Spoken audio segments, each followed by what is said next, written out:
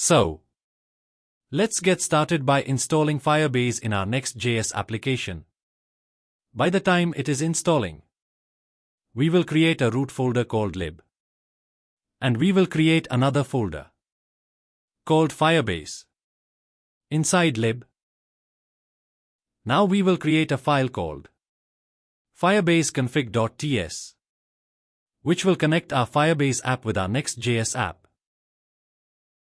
Now, we just need to configure our app such that it will store the details in the Firestore. To configure, we will click on this cog icon and scroll to the bottom. Since we have already installed Firebase in our app, we just need to copy this config keys and paste it in our firebaseconfig.ts. Let's configure our app now. We will create a function called initialize Firebase app. This checks if Firebase has already been initialized by using getApps or not. If no Firebase app is initialized, it initializes a new Firebase app using the Firebase config.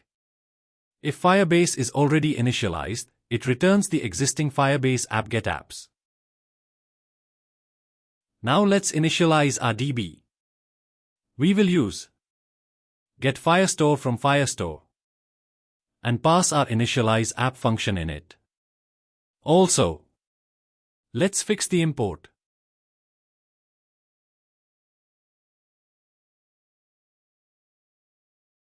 Now, we are connected to the Firestore.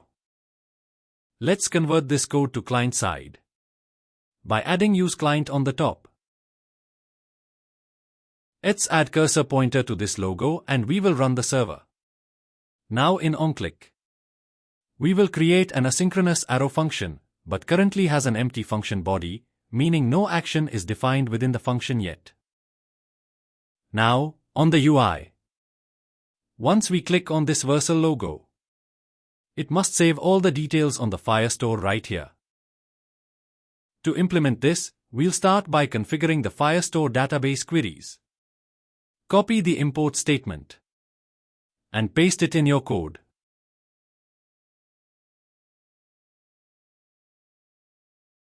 Now copy the await part and paste it inside the async function. And don't forget to import your DB from firebaseconfig.ts file.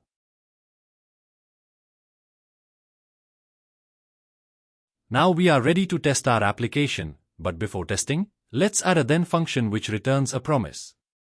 If the document is successfully written, the .then block executes. If there's an error, the .catch block executes, which is designed to handle failures in the process. Now when we click on the Vercel logo, we see the success alert message, which means the details are successfully saved in the Firestore. Let's check in the Firestore now. Since the details are not showing up, let's refresh and check once more. And there we have it, our collection cities with document LA and listed fields. Now, it is unsafe if you are using setDoc in your client-side application and if you're allowing read, write to true in the rules tab. It is always much safer to use Firebase admin instead.